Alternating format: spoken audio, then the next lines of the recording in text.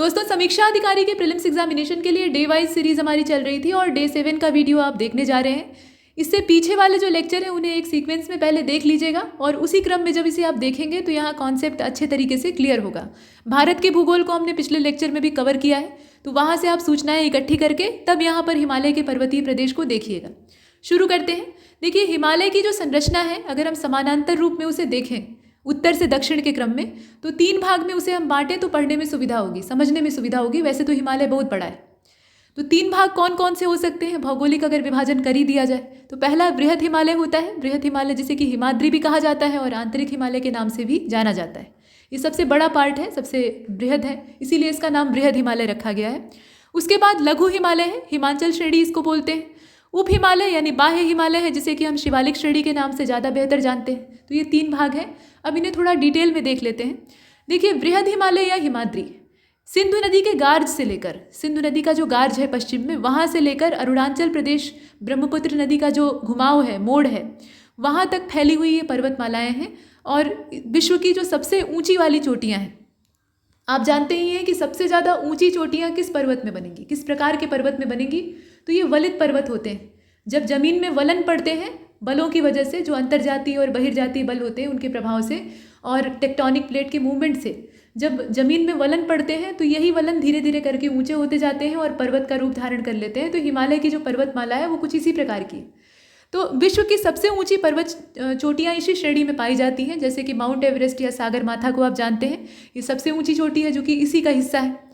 और इस श्रेणी का जो बीच का हिस्सा है, ये तो हमने पर्वतों की बात की। वैसे अगर देखें तो इस पूरी श्रृंखला यानी बृहद हिमालय श्रृंखला में जो मध्य भाग है वहाँ से नदियों का उद्गम होता है, अर्थात उसमें ग्लेशियर भी पाए जाते हैं, क्योंकि ये हिमालयी नदियाँ ग्लेशियरों से पैदा हुई हैं। जैसे कि अलकनंदा और भागीरथी दोनों मिलकर गंगा का निर्माण करती हैं, वैसे ही जो यमुनोत्री हिमनद है वहाँ से यमुना की उत्पत्ति होती है। तो ये सब और उनकी सहायक नदियों का उद्गम ये मध्य भाग से होता है। और इसी श्रेणी को काट कर, चीर कर सिंधु, ब्रह्मपुत्र, अलकनंदा ये सब अपनी पूर्ववर्ती घाटियों को बनाती हुई आगे की ओर बहती हैं। कुछ पश्चिम में बह जाती हैं, कुछ पूरब में बह जाती हैं। तो ये इनका है पूरा क्रम। नदियों का आप यहाँ स्वरूप देख रहे हैं। नंगा पर्वत से लेकर नमचा बरवा पर्वत तक एक पर्वतीय दीवार के रूप में फैला हुआ है। हिमालय को आप कहते हैं ना कि एक सजग प्रहरी है जो कि उत्तर में खड़ा है, तो ये उसी कथन को सार्थक करने वाली भूमिका है। अब यहाँ अगर आपको पेड कोर्सेज ज्वाइन करने हैं तो आप ये नंबर दिए हैं, संपर्क कर लीजिएगा। चलिए देखते हैं पूर्ववर्ती नदियाँ क्या होती हैं। अभी हमने कहा ना कि पूर्ववर्ती नदियाँ वहाँ पे निर्मित होती। तो पूर्ववर्ती नदियाँ वो होती हैं जिनका निर्माण स्थल खंड में उत्थान से पहले हो चुका है, मतलब वो पहले से मौजूद थी, पूर्ववर्ती हैं यानी पहले की हैं। और स्थल खंड में उत्थान बाद में हुआ, यानी अंदर जो क्रियाएं हैं, अंदर जो मूवमेंट है वो बाद में शुरू हुआ। परिणाम स्वरूप जमीन में वलन पड़ गया और वहाँ पर आकृतियाँ, मतलब पर्वतीय आकृतियाँ बन गई। तो उससे पहले से वो बन चुकी हैं। और यदि नदी के मार्ग में स्थलखंड का उत्थान हो जाता है तो नदी मानती नहीं है, चट्टानें उसका रास्ता रोकती हैं, लेकिन नदी की भी जिद होती है कि वो चट्टान को तोड़कर आगे जाएगी और अंत में वो चट्टान को काट कर वहाँ से रास्ता बना लेती है। पानी में कितनी ताकत होती है आप इससे अंदाजा लगा सकते हैं, ठीक है। तो स्थलखंड को काट कर वो अपना पुराना मार्ग और घाटी को सुरक्षित रख लेती हैं। ऐसा नहीं होता कि वो रास्ता बदल लेती हैं। अगर प्रवाह कमज़ोर है तो रास्ता बदल लेगी, लेकिन अगर प्रवाह मजबूत है, जो कि ग्लेशियर वाली नदियों में प्रायः होता है क्योंकि हमेशा पानी उनमें होता है, तो ऐसे में वो चट्टान को काट देगी, ठीक। अब इसके बाद आगे चलते हैं। हिमालय का सर्वोच्च शिखर जो है वो माउंट एवरेस्ट है, बताने की आवश्यकता नहीं है, और इसे चोलोलंगमा भी कहा जाता है और भी कई नाम है। तिब्बत में सागरमाथा, मतलब तिब्बत वाले क्षेत्र में चोलोलंगमा कहते हैं, सागरमाथा कहते हैं नेपाल में। तो ये समुद्र का माथा है यानी समुद्र का मस्तक है, ऐसा माना जाता है। अब इसके बाद आप देख रहे हैं कि सर्वोच्च शिखर कौन सा है। तो भारत के सर्वोच्च शिखर की बात करें, वैसे दुनिया का तो हमें मालूम हो गया है कि एवरेस्ट है, लेकिन भारत में माउंट केटू है, गॉडविन आस्टिन जिसे कहा जाता है, और वर्तमान में ये पीओके में चला गया है। लेकिन पीओके है तो क्या हुआ, वो तो भारत ही है। पाकिस्तान के कब्जा करने से कुछ नहीं होता है, वो हमारा हिस्सा है, ठीक है। तो ये हमारा सबसे ऊंचा पर्वत शिखर है। अब इसके बाद आप देख रहे हैं कंचनजंगा को। तो भारत में स्थित जो हिमालय की ऊंची चोटी है, मतलब वैसे अगर देखा जाए कि पूरे अधिकार में, तो कंचनजंगा ये सिक्किम में है, नेपाल के बॉर्डर पर ये पाया जाता है। इसके बाद ये तो बृहद हिमालय को हमने देखा, इसमें कौन कौन सी पर्वत श्रेणियाँ हैं और पर्वत है, कौन सी चोटी सबसे ऊंची है, ये सब चीज़ें दी हुई हैं। अभी बीच वाले हिस्से को देख लीजिए, यानी लघु हिमालय या फिर हिमाचल श्रेणी। ये दक्षिण में स्थित है, मतलब मुख्य हिमालय के दक्षिण में इसका विस्तार है और इसकी चौड़ाई 80 से लेकर 100 किलोमीटर के बीच में है। यहाँ ऐसा नहीं है कि हिमालय पर्वत को दक्कन में घुसा दिया गया है। इसका मतलब ये है कि बृहद हिमालय के दक्षिण में इसकी अवस्थिति है, ये कहने का मतलब है। और 80 से लेकर 100 किलोमीटर के बीच में इसकी चौड़ाई है, यानी बहुत ज़्यादा चौड़ा तो नहीं कहा जा सकता। और इनफैक्ट ये सही बात है कि चौड़ाई अगर कम रहेगी तो ऊंचाई ज़्यादा रहेगी, चौड़ाई अगर ज़्यादा हुई तो ऊंचाई कम हो जाएगी, जैसे कि पठारों में होता है। फिलहाल औसत ऊंचाई इसकी ठीक ठाक है, 3700 से लेकर 4500, लेकिन उतनी नहीं है जितनी कि बृहद हिमालय की है। क्रमशः ऊंचाई में कमी आती जाएगी। अब यहाँ पर ढालों पर पाए जाते हैं कोणधारी वन और छोटे छोटे घास के मैदान। अब यहाँ आप देखें, कश्मीर में मर्ग यानी गुलमर्ग, सोनमर्ग, और उत्तराखंड में इन्हें बुग्याल और प्यार के नाम से जाना जाता है। मध्यवर्ती भाग में दुआर या दून कहा जाता है, जिसे देहरादून है। विवर्तनिकी के लिहाज से, मतलब जो टेक्टोनिक थ्योरी है, प्लेट टेक्टोनिक थ्योरी है, उसके हिसाब से हिमालय प्रायः शांत है। लेकिन एक चीज़ और है कि ये युवा वलित पर्वत है, और युवा वलित पर्वत है तो इसमें निर्माण प्रक्रिया अभी भी जारी है, यानी अंदर से उथल पुथल चल रही। भारत के प्रसिद्ध स्वास्थ्यवर्धक स्थानों में शिमला, मसूरी, नैनीताल, रानीखेत, दार्जिलिंग, ये सब है। ये सब एक तरह से टूरिस्ट स्पॉट या पिकनिक स्पॉट भी हैं। हालांकि पर्वतीय क्षेत्र हैं तो हमेशा ये सुलभ नहीं रहते हैं, और ये काफ़ी प्राकृतिक वातावरण से भरे हुए क्षेत्र हैं। मसूरी को तो आप सपनों में देखते हैं, बाकी जो है वो भी हिमालयी क्षेत्र है। तो हिमालय किसी स्वर्ग से कम नहीं है। मतलब इसके विषय में अलग अलग कवियों की अपनी धारणाएं रही हैं, और सभी का यही मानना है कि हिमालय पर एक बार चले जाइए तो आप ठंडी से भले ही परेशान हो जाएं, लेकिन जब आप लौटने लगेंगे तो आपको लगेगा कि आप पीछे कुछ छोड़ कर आ रहे हैं, मतलब पीछे कोई धरोहर छोड़ कर आ रहे हैं जिसे कि आपको अपने साथ समेट कर ले जाना चाहिए, लेकिन आप ले नहीं जा सकते। तो ऐसा आपको आभास होगा।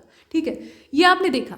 और लघु हिमालय के निचले भाग में, अर्थात लघु हिमालय और शिवालिक श्रेणियों के बीच में, ये सारे जो स्वास्थ्यवर्धक स्थान है, यानी काफ़ी सुरम्य स्थान है, ये पाए जाते हैं। अब यहाँ पर लघु हिमालय के अंतर्गत जो छोटी छोटी श्रेणियाँ हैं उन्हें आप ध्यान रखिएगा, इनके नाम पूछे जाते हैं, जैसे पीर पंजाल है, धौलाधर है, नाग टिब्बा है। महाभारत की श्रेणियाँ भी इसी रेंज में आती। अंत में आता है हमारा शिवालिक यानी बाहरी हिमालय। ये लघु हिमालय के और दक्षिण में पड़ेगा। सीधी बात है कि हम साउथ की ओर मूव कर रहे हैं, और इसका विस्तार पश्चिम में पंजाब का जो पोटवार बेसिन है वहाँ से शुरू होता है, और पूर्व में ये कोसी मैया तक चला गया है, मतलब कोसी नदी तक गया है। हिमाचल प्रदेश और पंजाब में ये बहुत ज़्यादा चौड़ा है, इसकी चौड़ाई ज़्यादा है, मतलब ये है कि ऊंचाई कम है। और पूर्व में ये क्रमशः सकरा होता गया है। जैसे जैसे हम ईस्ट की तरफ बढ़ेंगे वैसे वैसे इसकी चौड़ाई में कमी आती जाएगी। हिमालय पर्वत श्रृंखला का ये सबसे नया हिस्सा है, और गोरखपुर के समीप ढूंढना की श्रेणी और पूर्व में जो चूरिया मुरिया श्रेणी है उसके तौर पे इसे जाना जाता है। मतलब वो असल में कुछ और नहीं, शिवालिक ही है। शिवालिक को अरुणाचल प्रदेश में डाफला मिरी, अबोर और मिश्मी की पहाड़ियों के नाम से जाना जाता है। तो मिश्मी की पहाड़ियाँ और अबोर की पहाड़ियाँ, ये सब आप पढ़ते हैं मैप में, तो वो असल में शिवालिक का ही हिस्सा है। अलग अलग क्षेत्रों में नाम भिन्न है बस। शिवालिक को लघु हिमालय से अलग करने वाली घाटियों को दून या पूरब के क्षेत्र में दुआर कहा जाता है। दुआर मतलब द्वार कहा जाता है। पूर्वांचल की पहाड़ियाँ कौन सी हैं? तो पूर्वांचल की पहाड़ियों का चित्र देखने की आवश्यकता है, और चित्र हम लोग बाद में देखेंगे, पहले जो लिखा है उसको पढ़ लेते हैं। देखिए, उत्तर पूर्वी राज्यों में ये फैली है, ये आपको जानकारी होनी चाहिए। पूर्वांचल का मतलब आप यूपी के पूर्वांचल से मत लगा लीजिएगा कि यहाँ पर पूर्वांचल वाले हिस्से में कौन सी पहाड़ी पाई जाती है। ये पूर्वोत्तर भारत की बात हो रही है, और वहाँ पर जो पूर्वांचल की पहाड़ियाँ हैं, तो भारत और म्यांमार की सीमा रेखा के साथ ये फैली हुई है, और देश के कई आंतरिक हिस्से जो हैं इसमें कवर होते हैं, जैसे कि पटकाई बूम, नागा की पहाड़ियाँ, मिज़ो पहाड़ियाँ, ये सब इसमें आती हैं। अब यहाँ बाकायदा मैप में समझाया गया है तो वो ज़्यादा बेहतर तरीका हो सकता है। इसमें देखिए सारी पर्वतमालाएं लगभग जो पूर्वोत्तर वाली हैं और पूर्व की तरफ वाली हैं वो दी हुई हैं। हिमालय पर्वत फैला हुआ है वो आप देख ही रहे हैं। चीन हमारा पड़ोसी है, वो यहाँ साइड में मौजूद है। ये हमारी सांगपो रिवर है यानी ब्रह्मपुत्र है, यहाँ से अरुणाचल में एंटर कर रही है दिहांग नदी के नाम से। दिहांग और लोहित यहाँ पे आपस में मिल रही हैं, ब्रह्मपुत्र का निर्माण हो रहा है, फिर वो आगे चल रही है। अब यहाँ देखिए ये है माउंट एवरेस्ट और मकालू, यहाँ पे कंचनजंगा है, ये जेलेपला दर्रा है, यहाँ तीस्ता रिवर है, इसे और बड़ा कर लीजिए, अब दिख रहा है, ठीक है। ये आपका नेपाल है और ये आपकी गंडक नदी है जिसे सदानीरा कहा जाता है, ये कोसी नदी है। अच्छा, यहाँ मकालू पर्वत रेंज है, ये कंचनजंगा है, ये तीस्ता रिवर है, ये नदियाँ भी साथ साथ चल रही हैं। यहाँ गारो खासी जयंतिया है, एक क्रम से आप देखिए ये पर्वत श्रृंखलाएँ हैं। ब्रह्मपुत्र नदी यहाँ बगल से होकर बह रही है। ये डाफला श्रेणी है, ये बोमडिला है और ये बूमला है, ठीक है। ला मतलब दर्रा होता है। और पटकाई बूम यहाँ पे है, ये नागा श्रेणी है, ठीक। ये पटकाई बूम की श्रेणी है, यह ध्यान दीजिएगा, यहाँ पे है। पूर्वोत्तर में थोड़ा मैप उलझा हुआ होता है, सारी चीज़ें छोटे छोटे दायरे में बारीकी से देखनी होती हैं। तो ये आपका पटकाई बूम है और ये ठीक यहाँ नीचे नागा श्रेणी है जिसको कि ग्रे कलर से ऐसे पट्टी बनाई गई है, और मिजो रेंज जो है वो ठीक नीचे है। तो पूर्वांचल श्रेणी को आपने यहाँ पर देखा, ये आपका बांग्लादेश है जो कि कभी बंगाल हुआ करता था, और ये वेस्ट बंगाल है। मतलब समझ लीजिए बंगाल कितना बड़ा प्रोविंस था। म्यांमार इधर है और म्यांमार से लगी हुई ये रेंज है पूर्वांचल रेंज, जिसे आप देख रहे हैं। कर्क रेखा यहाँ से होकर गुजरी है, मीजो रेंज से ये क्रॉस करती है।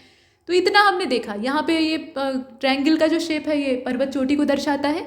अगर गुणे का निशान मतलब ऐसे क्रॉस बना है तो वो पास यानी दर्रा है, और अगर ग्रे कलर की ऐसे पट्टी बनी है तो वो पर्वत को दर्शाती है। तो संकेत मैप में देख लेने चाहिए। ये हमने पूर्वांचल की श्रेणी नहीं बल्कि बाकी जो क्षेत्र हैं, पर्वतीय क्षेत्र, पर्वत चोटियाँ, नदियाँ, सबको देखा। अब हिमालय के प्रादेशिक विभाजन को देख लीजिए। तो सबसे पहले हम पश्चिम से शुरू करेंगे और पंजाब हिमालय को देखेंगे। तो पंजाब हिमालय के क्षेत्र में कौन कौन सी पर्वत श्रेणियाँ आती हैं, कहाँ तक विस्तार है, वो सब दिया हुआ है। कुछ दर्रों के नाम, कुछ पर्वतों के नाम, ऐसे।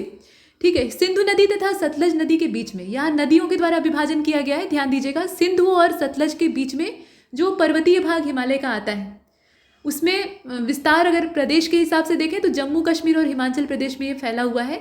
इसमें लद्दाख, पीर पंजाल, जास्कर जैसी जो श्रेणियां हैं वो आती हैं। रोहतांग और जोजिला दर्रे इसमें आते हैं। ये सब अवस्थित हैं और इसको कहा जाता है पंजाब हिमालय। तो नदियों के अगर विभाजन में देखें तो सिंधु और सतलज के बीच का हिस्सा। इसके बाद कुमायूं हिमालय जो है ये फैला हुआ है सतलज से लेकर काली नदी के बीच में। मतलब यहाँ पे सिंधु, यहाँ सतलज, यहाँ काली, तो सिंधु और सतलज के बीच में पंजाब हिमालय है और सतलज और काली के बीच में कुमायूं हिमालय। पंजाब हिमालय से ये ज़्यादा ऊंचा हिस्सा है, यहाँ ऊंचाई बढ़ गई। भागीरथी और यमुना नदियों का उद्गम इसी क्षेत्र से हुआ है। बद्रीनाथ, केदारनाथ की जो चोटियाँ हैं वो यहीं पर है। नंदा देवी कुमायूं हिमालय का सबसे महत्वपूर्ण पर्वत शिखर है और मुख्य रूप से ये उत्तराखंड में है, ये आप जानते ही हैं। फिर आता है नेपाल हिमालय। ये सबसे लंबा प्रादेशिक भाग है पूरे हिमालयी प्रदेश का और ये काली से लेकर तीस्ता तक फैला हुआ है। काली नदी से लेकर ये तीस्ता तक फैला हुआ है और 800 किलोमीटर की लंबाई में ये पूरा फैला है। विश्व की जो सबसे ऊंची ऊंची पर्वत श्रृंखलाएं हैं जिसमें कि mount Everest, Kanchenjunga, Dhaulagiri, Makalu range, ये सब इसमें आती है। तो ये सबसे महत्वपूर्ण हिस्सा है।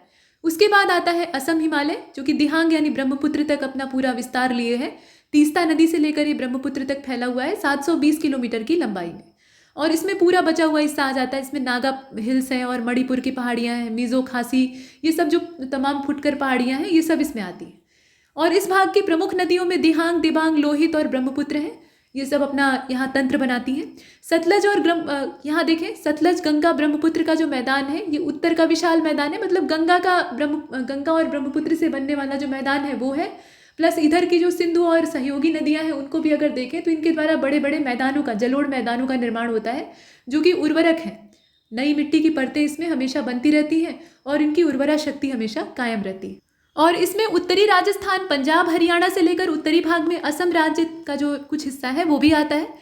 विस्तार कहाँ तक है ये आप देखिए तो सिंधु नदी का मैदान जो है पाकिस्तान में वहाँ तक, वहाँ से लेकर मतलब एक पूरा ओर से छोर तक देखते हैं ना, तो सिंधु के मैदान से लेकर गंगा ब्रह्मपुत्र के मैदान तक ये पूरा विस्तार दिखता है। अब देखिए सतलज, गंगा, ब्रह्मपुत्र और उनकी जो अनेक सहायक नदियाँ हैं उनके द्वारा बहुत सारे अवसाद यानी जो कांप मृदा है उसको ले आकर मैदानों में जमा किया जाता है जो कि बहुत ज़्यादा उपजाऊ होती है। और अरावली की पर्वत श्रेणी सिंधु सतलज समूह, गंगा नदी समूहों के बीच में जल विभाजक का काम करती है। मतलब ये पर्वतमाला जो है ये बीच में जल का बंटवारा कर देती है। तो होता ये है कि कुछ नदियाँ जो है वो पश्चिम की ओर बह जाती हैं और कुछ नदियाँ जो है ये पूर्व की ओर यानी बंगाल की खाड़ी में जाकर समाहित हो जाती हैं। ये दिमाग में आता है ना कि सारी नदियाँ जो मुख्य रूप से हैं वो हिमालय क्षेत्र से ही निकल रही हैं, तो उसमें से क्यों कुछ अरब सागर में और कुछ बंगाल की खाड़ी में जाकर गिर रही हैं, उनका ढाल एक ही तरफ क्यों नहीं है। तो जल के विभाजन का मतलब ये है कि बीच में ऊंचा स्थान होगा तो कुछ जो है वो एक तरफ और कुछ उसके अपोजिट प्रवाहित हो जाती हैं। तो इसमें से सिंधु और सतलज जो है ये पश्चिम की ओर और गंगा और उसकी सहयोगी जो है वो पूर्व की ओर बहती है।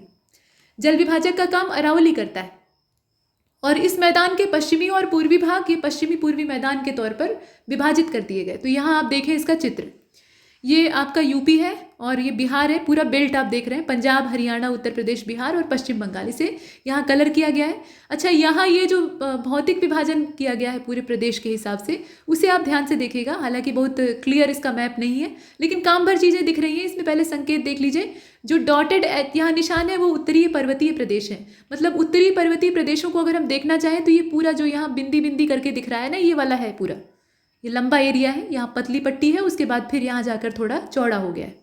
बाकी जो चिन्ह हैं उनको भी देखिए तो ये जो टेढ़ी रेखाएं हैं ये उत्तर के मैदान हैं और उत्तर के मैदानों का विस्तार भी बहुत अच्छा खासा है। उत्तर के मैदानों का मतलब क्या है कि यहाँ पर जो ये इस तरह की लाइनें खींची हुई हैं, ये उत्तर के मैदान को दर्शा रही हैं, जो कि यहाँ पश्चिम से लेकर पूरा उत्तर में ऐसे फैलते हुए पूर्व की ओर तक थोड़े सक्रिय अवस्था में फैला हुआ है, लेकिन ज़्यादा इसका जो संकेंद्रण है वो मध्य भाग तक ही सीमित है। नीचे जो जालीदार संरचना बनी है वो पठारी क्षेत्र है, आप जानते ही हैं, मतलब दक्कन का पठार इसमें आता है। कुछ हिस्सा मरुस्थल है और कुछ जो है वो तटीय और द्वीप समूह के मैदान है। तो मरुस्थल कहाँ है आप बहुत अच्छी तरह से जानते हैं, ये रहा, ठीक, और इसका आधा से अधिक हिस्सा पाकिस्तान में है। बाकी ये तटीय मैदान है जो कि इधर भी हैं और इधर भी हैं, मतलब बीच में आपका दक्कन प्लेटू का तिकोना हिस्सा है और किनारे किनारे उसका ढाल है। तो पश्चिम की ओर ढाल जो है उसको पश्चिमी घाट कहते हैं, जो पूर्व की ओर ढाल है उसको पूर्वी घाट कहते हैं, ठीक। तो ये जो ढलान है यहाँ पर मैदान विकसित हुए हैं और उनको द्वीपीय मैदान कह सकते हैं। तो ये है पूरा संरचना, मतलब भौगोलिक और भौतिक विभाजन इसको देखा जा सकता है। छोटा कर लेते हैं और बाकी चीज़ों को देखते हैं। देखिए इसमें ये बताने का प्रयास किया गया है, अब यहाँ से मोड चेंज हो गया है, फुटकर जानकारियाँ हैं। तो पाताल तोड़ कुएं, आपने सुना होगा इनके बारे में। ये प्राकृतिक जल स्रोत होते हैं और ये धरातल के ऊपर खुद ही प्रकट हो जाते हैं, मतलब ज़मीन खोद कर इनको निकालने की आवश्यकता नहीं होती है, ये अपने आप ऊपर प्रकट हो जाते हैं और सतह पर पानी निकलता रहता है। मतलब ये है कि पाताल को तोड़कर पानी ऊपर आ रहा है, इसीलिए इन्हें जल स्रोत मतलब जो जल स्रोत के तौर पे इन्हें इस्तेमाल किया जाता है, तो पाताल तोड़ कूप कहा जाता है, ठीक। अब इसमें जल का सोता भी ऐसा ही होता है, जल के जो सोते होते हैं जहाँ से झरनों का उद्भव होता है या फिर इस तरह के स्रोत बनते हैं, तो वहाँ भी यही होता है कि पानी निकल रहा है कहीं ना कहीं से। तो उसमें और पाताल तोड़ कुओं में फ़र्क होता है। जल स्रोत जो होते हैं उसमें मतलब पानी जो है वो स्वतः ऊपर आ जाता है। पाताल तोड़ में ये नहीं होता है कि पानी अपने से ऊपर आ जाए। यहाँ थोड़ा सा बताने में यहाँ चीज़ें जो है वो आपस में मिक्स हुई हैं। जल स्रोत जो होते हैं उनमें पानी खुद ऊपर आ जाता है। पाताल तोड़ में ये होता है कि पानी को ऊपर लाने के लिए आपको ऊपरी सतह को हटाना पड़ता है, और जब ऊपरी सतह को पहले हटाया जाता है तो पानी अंदर से निकलने लगता है। और इस तरह के जो पाताल तोड़ कुएँ हैं वो तराई क्षेत्र में पाए जाते हैं, ठीक है। यदि हिमालय पर्वत श्रेणियाँ नहीं होती तो क्या होता, ये दिमाग में आता है ना कि अगर हिमालय होता ही नहीं, था भी नहीं एक समय, लेकिन कुछ समय बाद टेथिस सागर नष्ट हो गया, और नष्ट हो गया तो अच्छा हुआ, उसकी जगह हिमालय खड़ा हो गया और मैदानी भाग निर्मित हुए। तो ये संरचना अगर नहीं रही होती तो भारत भी एक ठंडा मरुस्थल बन जाता, क्योंकि साइबेरिया से आने वाली जो ठंडी हवा है वो हिमालय से न टकराकर पूरे भारत से होकर गुजरती, और जब पूरे भारत से होकर गुजरती तो जैसा साइबेरिया में टेम्परेचर है वैसा ही यहाँ भी हो जाता, ठीक है। और इसके साथ साथ जो मैदानी इलाके डेवलप हुए हैं, मतलब सिंधु गंगा का मैदान है, इतना बड़ा जलोढ़ मैदान है, वो भी वंचित रहता, मतलब वहाँ न तो मानसूनी वर्षा होती, न मिट्टी उस प्रकार की होती। हिमालय नहीं होता तो ये नदियाँ भी नहीं होती, नदियाँ नहीं होती तो फिर मैदानों का निर्माण कहाँ से होता। तो कुल मिलाकर भारत एक मरुस्थल की तरह से अपनी भूमिका निभा रहा होता, लेकिन ऐसा नहीं। भारत में कोयले का विशाल भंडार पाया जाता है, और ज़्यादातर जो विशाल भंडार हैं वो गोंडवाना चट्टानों में पाए जाते हैं। हिमालय वलित पर्वत का एक उदाहरण है, इसको आपने हजारों बार देखा है, और भौमिकीय लिहाज से प्रायद्वीपीय क्षेत्र भारत का सबसे पुराना हिस्सा है, हिमालय नया है। दक्कन ट्रैप की उत्पत्ति जो है वो क्रिटेशियस काल में होती है। अच्छा, एक चीज़ और बताया गया है कि विशाल मरुस्थलीय हिस्सा जो है वो थार का मरुस्थल कहलाता है। तो आप जानते ही हैं, भारत के राजस्थान और जो भारत का पुराना हिस्सा यानी पाकिस्तान तत्काल में है, वहाँ पे इसका विस्तार है। 2 लाख वर्ग किलोमीटर का पूरा विस्तृत क्षेत्र है जो कि सिंधु द्वारा सिंचित है। अब दक्कन ट्रैप की उपस्थिति की बात अगर की जाए तो ये उपस्थित हुआ है क्रिटेशियस काल के अंतिम चरण में, मतलब बनने की प्रक्रिया जो है वो कंप्लीट हुई है। पश्चिमी घाट पर्वत जो है, मतलब नीलगिरी पर्वत श्रेणियाँ, वो सेनेजोइक यानी जो उत्तर नूतन कल्प है वहाँ पर विकसित हुई है। अरावली पर्वतमाला जो है ये प्री कैम्ब्रियन की है, यानी काफ़ी पुरानी है, काफ़ी ज़्यादा पुरानी, घिस चुका है अरावली पूरी तरह से। और इसके बाद आप देख रहे हैं नर्मदा को, नर्मदा तापी जो जलोढ़ निक्षेप है ये अत्यंत नूतन काल का है, यानी बहुत बाद का है। केरल का कुट्टानाड जो है ये न्यूनतम ऊंचाई वाला क्षेत्र है भारत में, अगर ऊंचाई समुद्र तल से देखी जाए, और समुद्र तल से नीचे अपने खेती के तरीकों के लिए काफ़ी फेमस है। यहाँ पे समुद्र तल से ऊंचाई बहुत कम है। केरल को धान का कटोरा कहा जाता है, और माफ़ कीजिए, केरल का इसको धान का कटोरा कहा जाता है, मतलब पूरे केरल राज्य में ये धान की पैदावार के लिए सर्वोत्तम है। और कुट्टानाड ये सतत कृषि और मत्स्य पालन के लिए भी जाना जाता है। यहाँ पर देखिए ये सतह कृषि होना चाहिए था, जो जल कृषि होती है, एक्वाकल्चर होता है, उसकी बात हो रही। अब इसके बाद आप देख रहे हैं महाद्वीपीय विस्थापन के सिद्धांत को। तो महाद्वीपीय विस्थापन के सिद्धांत और वेगनर की जो थ्योरी है उसके हिसाब से भारत स्थलपिंड गोंडवाना लैंड का हिस्सा है। आपने सुना ही होगा कि पृथ्वी जो है वो उसमें पहले एक ही लैंड एरिया था जिसको कि पैंजिया कहा जाता था।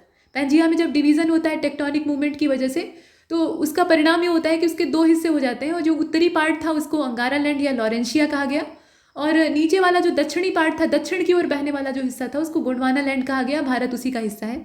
तो ये चीज़। अब देखिए, हिमालय के तराई क्षेत्र में पाताल तोड़ कुएं पाए जाते हैं। आपने देखा ही पीछे, ऊपर से जो ऊपरी सतह है उसको तोड़कर पानी को बाहर करना पड़ता है। और भूगर्भीय भारत का सबसे स्थिर भाग है। अब यहाँ पे ये क्या मतलब है इसका? भूगर्भीय भारत का मतलब ये है कि जो पठार है, मतलब भारत के दो हिस्से करके आप देखिए, ऊपर का जो हिस्सा है हिमालय क्षेत्र और मैदानी इलाका, उसको अलग कर दीजिए। नीचे का जो तिकोना हिस्सा है उसको अलग करके देखिए। ये जो प्लेटू है, दक्कन का प्लेटू, ये भारत का सबसे स्थिर भाग कहा जाता है। हालांकि अब ये भी स्थिर नहीं रहा है। वजह यह है कि हिंद महासागर के नीचे जो टेक्टोनिक प्लेट है, मतलब महाद्वीपीय प्लेट और महासागरीय प्लेट के बारे में आपने पढ़ा होगा ना, तो नीचे जो टेक्टोनिक प्लेट है उसमें चटक यानी दरार पड़ रही है। और ऐसे भ्रंश जब पैदा होते हैं तो निश्चित तौर पे बड़ी उथल पुथल होती है, सुनामी और बड़ी भूगर्भिक हलचलें, और उसके बाद नई स्थलाकृतियाँ पैदा होती हैं। तो अब अस्थिरता उसमें भी बन गई। लेकिन एक समय था, एक लंबा समय अंतराल बीच में जो गुजरा है, उसमें वो काफ़ी स्थिर रहा, स्टेबल रहा। तो इसको माना जाता है कि स्थिर है। इसके बाद आगे चलते हैं। यहाँ आप देखें, प्रायद्वीपीय पठार आग्नेय और रूपांतरित शैलों वाली कम ऊंची और चौड़ी घाटियों से बना हुआ है। मतलब वो पहले किसी ज़माने में ऊंचे रहे होंगे, लेकिन अब घिस कर छोटे हो चुके हैं। ये पूरी तरह से घिसा हुआ है। अब यहाँ मेघालय के पठार की बात करें तो मेघालय का पठार ये उत्तरी, मतलब ये हिमालय का विस्तार नहीं है। देखने में ऐसा लगता है कि मेघालय का पठार जो है ये हिमालय पर्वतमाला से कहीं जुड़ा हुआ है, ऐसा नहीं है। ये प्रायद्वीपीय पठार का बहिर्शाही भाग है, मतलब बाहरी हिस्सा है, आउटर पार्ट आप इसे कह सकते हैं। अब यहाँ समतल भूमि भी है जो कि भ्रंशन के कारण भारतीय प्रायद्वीप से मालदा गैप के द्वारा पृथक हो जाती है। तो ये फुटकर जानकारियाँ हैं जो कि आगे जारी रहेंगी। अब देखिए, यहाँ से फिजिक्स वाला सेगमेंट फिर से स्टार्ट होता है। अगर आपको पेड कोर्सेज ज्वाइन करने हैं तो नंबर दिए हैं, संपर्क कर लीजिएगा, नहीं तो फ्री के वीडियोस देखते रहिए। देखिए, फिजिक्स में कार्य, ऊर्जा और शक्ति को देख लेते हैं। हमने गति के समीकरण देख लिए हैं और कुछ फुटकर परिभाषाओं को देखा है। मापन और मात्रक से हमने शुरू किया था। यहाँ हम देखेंगे कि कार्य क्या होता है, ऊर्जा क्या होती है और शक्ति कैसे आती है। तो कार्य है क्या? वैसे तो हम कहते हैं कि हम बहुत काम किए आज, लेकिन काम क्या चीज़ है? तो यदि किसी वस्तु पर बल लगाकर उसकी स्थिति में परिवर्तन कर दिया जाए। आपने देखा ना पीछे कि जड़त्व का नियम कहता था कि कोई वस्तु अगर जड़त्व की अवस्था में है तो उसको उसकी स्थिति से बाहर लाने के लिए बाहर से बल लगाना पड़ेगा, और अगर चलायमान है तो उस स्थिति में भी उसको रोकने के लिए बाहर से बल लगाने की ज़रूरत होगी। मतलब जो अवस्था है उसकी उसी में वो रहना चाहेगी, उससे बाहर लाने के लिए उसको बल लगाना पड़ेगा। ठीक है, तो किसी वस्तु पर बल लगाकर उसकी स्थिति में बदलाव किया गया और इसमें जो क्रिया संपन्न हुई उसी को कार्य कहा जाता है। यदि बल लगाने पर वस्तु की स्थिति में परिवर्तन न हो, ठीक है, मान लीजिए कि हमने बल तो लगाया लेकिन वो बल पर्याप्त नहीं था, वस्तु जिस अवस्था में थी वैसी ही रह गई, उसमें कोई चेंज नहीं आया, तो हम कहेंगे कि कार्य हुआ नहीं। मतलब आपने मेहनत तो की लेकिन जो काम होना चाहिए था वो हो नहीं पाया। किसी बल द्वारा किया गया कार्य बल के विस्थापन की दिशा में अनुदिश घटक और विस्थापन के परिमाण के गुणनफल के रूप में परिभाषित किया जाता है। मोटे तौर पर कार्य बराबर बल गुणे बल की दिशा में विस्थापन। ठीक है, ये आप देख रहे हैं। मतलब W से अगर आप वर्क को डिनोट कर रहे हैं और F से आप बल को डिनोट कर रहे हैं, जबकि S से आप विस्थापन को दर्शा रहे हैं। ध्यान दीजिएगा, यहाँ पे दूरी नहीं है, विस्थापन है। मतलब इसमें सदिश जो फैक्टर है वो काम कर रहा है। तो बल और विस्थापन का सीधे सीधे गुणा कर दिया गया। अब इसमें एक चीज़ बताई गई कि बल और विस्थापन परस्पर लंबवत अगर हो जाते हैं, यहाँ ये कहा गया कि बल और विस्थापन यदि आपस में लंबवत हो जाते हैं, यानी दोनों के जो परिणामी हैं उनके बीच में 90 अंश का कोण बनता है, कुछ इस प्रकार से। मान लीजिए ये W, ये F, आप ऊपर नीचे कर सकते हैं, एक्स वाई एक्सिस चेंज कर सकते हैं। बीच में अगर 90 डिग्री का एंगल बन रहा है तब क्या होगा? तो आप इसका जब एंगुलर वैल्यू पढ़ते हैं ना, तो W बराबर आप पढ़ते हैं F dot S cos theta. ठीक है, इसे साफ कर लेते हैं, फिर से देखते हैं। तो किसी भी चीज़ के लॉजिक को समझना चाहिए। F into S cos theta होता है। अब आप देख रहे हैं कि जब लंबवत है तो इनका जो थीटा का मान है, मतलब बीच का कोण है, वो 90 डिग्री बनेगा। मतलब कॉस 90 हो जाएगा, और कॉस 90 का मान कितना होता है? 0 होता है। अब इसका मान 0 हो गया, 0 का गुणा आप चाहे जितने में कर दीजिए, प्राप्त क्या होगा? 0। तो W बराबर हमें फाइनली प्राप्त होगा 0। तो अगर बल और विस्थापन के बीच में लंबवत स्थिति बनती है तो किया गया कार्य अपने आप शून्य हो जाएगा। ये आप आराम से समझ सकते हैं। ठीक है, तो ये हमने देखा। अब इसके बाद शक्ति को देखिए, यानी पावर। तो शक्ति को उस समय दर से परिभाषित किया जाता है जिससे कार्य किया गया है और ऊर्जा का स्थानांतरण हुआ है। कार्य होता है तो क्या होता है? ऊर्जा का स्थानांतरण होता है। बल लगाकर हम क्या कर रहे हैं? ऊर्जा ही तो स्थानांतरित करने की कोशिश कर रहे हैं। और किसी बल की औसत शक्ति उस बल द्वारा किए गए कार्य W और उसमें लगने वाले समय T के अनुपात से परिभाषित होती है। अब कैसे परिभाषित होती है?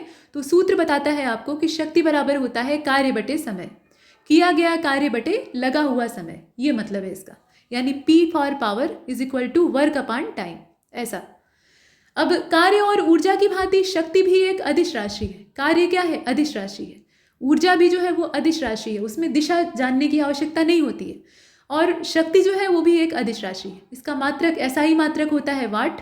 और वैसे अगर आप देखें तो कार्य का मात्रक हो गया जूल और समय का मात्रक हो गया सेकंड, तो जूल प्रति सेकंड इसको ऐसे कहा जाता है, जूल प्रति सेकंड या वाट। यहाँ आप देखें वही चीज़ लिखी हुई है, जूल सेकंड इनवर्स, तो सेकंड को ऊपर लेते जाएंगे तो s की पावर -1 हो जाएगा, जिसे इनवर्स कहा जाता है। ठीक, तो जूल सेकंड इनवर्स इसको कह रहे हैं। अब देखिए 18वीं शताब्दी में भाप के इंजन के जो प्रवर्तक थे उनमें से एक थे जेम्स वाट। देखिए भाप के इंजन बनाने का प्रयास बहुत सारे लोगों ने किया और इसमें बहुत सारी सफलता अर्जित की, लेकिन हम लोग जेम्स वाट को ही ज़्यादा पॉपुलर तरीके से जानते हैं क्योंकि उन्होंने सही तरीका खोजा था। सबसे पहले लॉजिकल डिफिनीशन उन्होंने ही दी थी कि भाप में बड़ी ताकत होती है और उससे इंजन बनाया जा सकता है, और उसके पीछे वो केतली वाली कहानी है, तो आप जानते होंगे। अब शक्ति का एक और बहुत पुराना मात्रक है। देखिए शक्ति की परिभाषा, मतलब भाप में शक्ति होती है और उसके सहारे हम इंजन या फिर इस तरह की कोई भी चीज़ बना सकते हैं, इसको बताने वाले जेम्स वाट थे और उन्हीं के सम्मान में शक्ति का मात्रक ही कर दिया गया वाट। तो वाट जो है वो शक्ति का मात्रक है, और वो भी कैसा मात्रक है? सबसे सर्वमान्य मात्रक, यानी ऐसा ही मात्रक है। लेकिन शक्ति का एक बहुत पुराना मात्रक इस्तेमाल होता रहा है और आज भी आप मशीनों पर हॉर्स पावर यानी HP लिखा हुआ देखते हैं। तो ये अश्व शक्ति यानी हॉर्स पावर, ये शक्ति को नापने का एक पुराना मात्रक है जो कि वाट से बड़ा मात्रक होता है। ठीक है, मतलब एक अश्व शक्ति यानी एक हॉर्स पावर में 746 वाट होता है। सोच लीजिए कितना बड़ा मात्रक है। और आज भी कार, मोटर बाइक या जो पंप इत्यादि होते हैं, जेट पंप या टुल्लू पंप, उनमें हॉर्स पावर में ही शक्ति को नापा जाता है। विद्युत उपकरण की बात करें तो उसमें जैसे विद्युत बल्ब, हीटर, प्रशीतक यानी फ्रिज की बात हो रही है, शुद्ध हिंदी है समझिएगा। तो ये सब अगर हम खरीदते हैं तो उसमें वाट हमें देखना होता है, और एनर्जी कंज्यूम्शन कैसा है ये जानने के लिए हम ये देखते हैं कितना वाट एनर्जी वो ले रहा है, मतलब कितना वाट वो शक्ति लगा रहा है। तो ये सब चीज़ें देखने के लिए हम लोग फ्रिज का जो पूरा मैनुअल है उसको चेक करते हैं, या फिर फ्रिज पे भी जो टैग लगे रहते हैं उनको देखते हैं, या कोई भी जो इलेक्ट्रॉनिक अप्लाइंसेज है उसमें ये चीज़ें देखी जाती हैं। तो शक्ति का अंदाज़ा लग जाता है, तो उससे हमें पता लगता है कि ये हमारे घर में कितनी बिजली खाएगा। और 100 वाट का बल्ब, वहाँ वही चीज़ बताने का प्रयास किया जा रहा है। 100 वाट का बल्ब अगर 10 घंटे जलता है, ठीक है, एक 100 वाट का बल्ब 10 घंटे में 1 किलोवाट घंटा विद्युत ऊर्जा खपत करता है। तो ऐसे में 100 जो वाट है, मतलब शक्ति जो उसकी है, 100 वाट का बल्ब है यानी उसकी शक्ति क्या है? 100 है।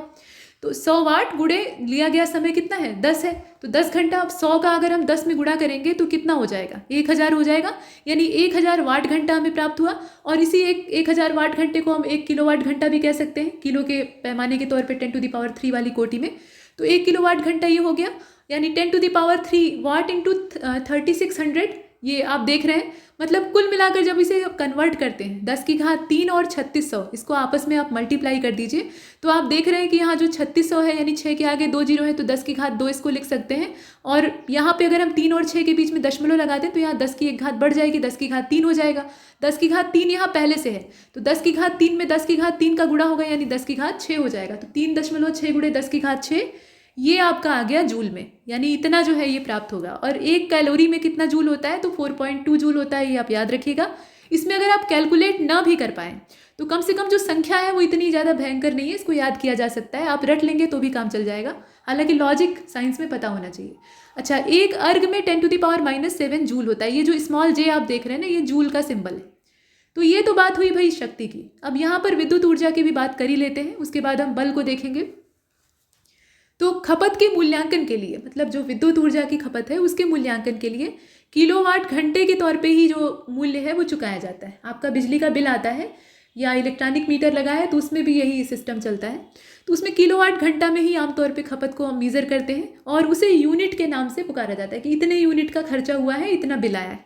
ठीक, और किलोवाट घंटा विद्युत ऊर्जा का एक वाणिज्यिक मात्रक है, कॉमर्शियल यूनिट इसको कहा जाता है। कॉमर्शियली इसका इस्तेमाल किया जाता है, सरकार का जो बिजली विभाग है वो भी इसे यूज़ करता है। और ऊर्जा के मात्रक के तौर पे वाट या मेगावाट, मतलब छोटी ऊर्जा है तो वाट, और इसके बाद बड़ी ऊर्जा मतलब यहाँ पे शक्ति के मात्रक की बात हो रही है तो मेगावाट। जैसे आप कहते हैं इतने मेगावाट विद्युत का उत्पादन हुआ, तो ये सब जो है यहाँ पे मात्रक होते हैं जैसी आवश्यकता है। अब यहाँ भार और द्रव्यमान को तो आप जानते ही हैं, तो भार जो है वो द्रव्यमान से भिन्न है, ये आप अच्छी तरह से पीछे देख चुके हैं। अब भार की परिभाषा को अगर आप देखें तो किसी वस्तु पर पृथ्वी द्वारा लगाया गया जो आकर्षण बल होता है उसी को उस वस्तु का भार कहते हैं, जिसमें उस वस्तु का द्रव्यमान और प्लस पृथ्वी का गुरुत्वीय त्वरण दोनों आपस में गुणा कर दिए जाते हैं। और द्रव्यमान किसी पदार्थ का मूल गुण होता है, मतलब वस्तु के अंदर पदार्थ का जो परिमाण होता है, पदार्थ की जो मात्रा होती है, उसी को हम कहते हैं द्रव्यमान। द्रव्य मतलब पदार्थ और मान मतलब मात्रा।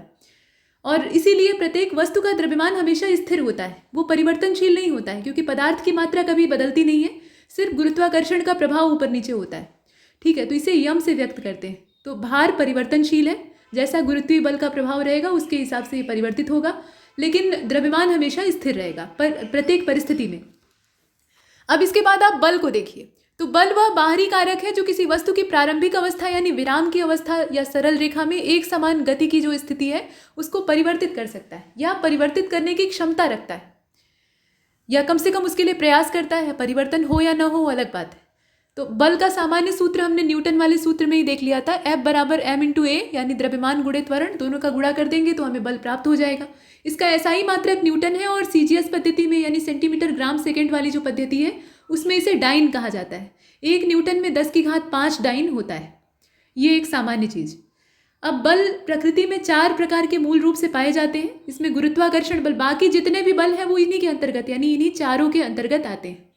तो 4 मुख्य बल कौन कौन से हैं? इसमें गुरुत्वीय बल पहला है, दूसरा विद्युत चुंबकीय बल है, तीसरा दुर्बल बल है, और अंतिम में प्रबल बल है। तो गुरुत्वाकर्षण बल ये सबसे पहले नंबर पे है। गुरुत्वाकर्षण बल किन्हीं 2 पिंडों के बीच में उनके द्रव्यमानों की वजह से लगता है, उनके द्रव्यमान के कारण ये लगता है। और यह एक सार्वत्रिक बल है, क्योंकि द्रव्यमान हर जगह है और द्रव्यमान में परिवर्तन नहीं हो रहा है, इसलिए ये सार्वत्रिक बल होता है। विश्व में प्रत्येक पिंड अपने अलावा जो अन्य पिंड होते हैं उनके कारण एक बल का अनुभव करता है। एग्जाम्पल के तौर पर पृथ्वी पर रखी हुई हर वस्तु पृथ्वी की वजह से गुरुत्व बल का अनुभव करती है। अब खास बात यहाँ पर क्या है? खास बात यह है कि पृथ्वी के परितः चंद्रमा तथा मानव निर्मित जो उपग्रह है, मतलब चंद्रमा जो है वो पृथ्वी का प्राकृतिक उपग्रह है, उसके अलावा जितने भी मनुष्य द्वारा बनाए हुए उपग्रह हैं उनकी गति, सूर्य के परितः पृथ्वी और अन्य ग्रह, या ये कह लीजिए कि जितने भी खगोलीय पिंड हैं हमारे सौर परिवार में, उन सब की गति, वास्तव में पृथ्वी पर गिरने वाले पिंडों की जो गति है, ये सब कुछ जितनी भी आप देख रहे हैं ये सब गुरुत्व बल से ही नियंत्रित होते हैं। विश्व की बृहद स्तर पर परिघटना, जैसे कि तारों का निर्माण, मंदाकिनियों का बनना, मंदाकिनी के गुच्छे यानी जो आकाशगंगाओं का क्लस्टर होता है उसका बनना, ये सब इनको विकसित करने के पीछे जो बल जिम्मेदार होता है वो गुरुत्व बल होता है। वैज्ञानिकों की ऐसी कल्पना है कि ब्रह्मांड अनंत है और उसमें असंख्य आकाशगंगाएं हो सकती हैं, करोड़ों में उनकी गिनती होती है, लेकिन उनकी संख्या उससे ज़्यादा भी हो सकती है, क्योंकि अभी एक बड़ा हिस्सा जो है वो अनजाना है अंतरिक्ष का।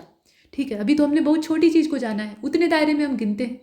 तो आकाशगंगाएं जो होती हैं उनमें इतनी जटिल संरचना कैसे टिक पाती है, उसके पीछे रहस्य।